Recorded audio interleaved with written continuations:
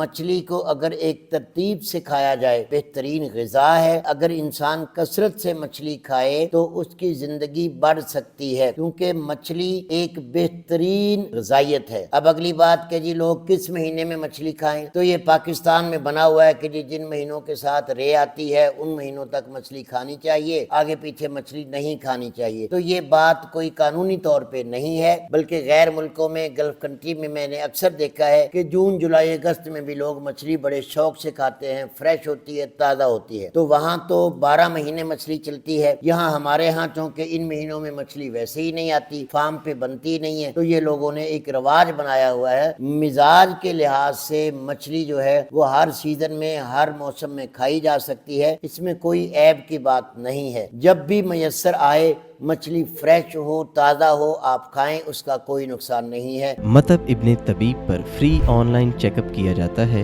ابھی ہمارے what's app number پر رابطہ کریں اور گھر بیٹھے اپنا مزاج معلوم کریں. اپنے مزاج کے مطابق غذائی چارٹ یا دوا کا کورس منگوائیں. آئیں فطری اور قدرتی طریقہ علاج کی طرف مطب ابن طبیب کے ساتھ.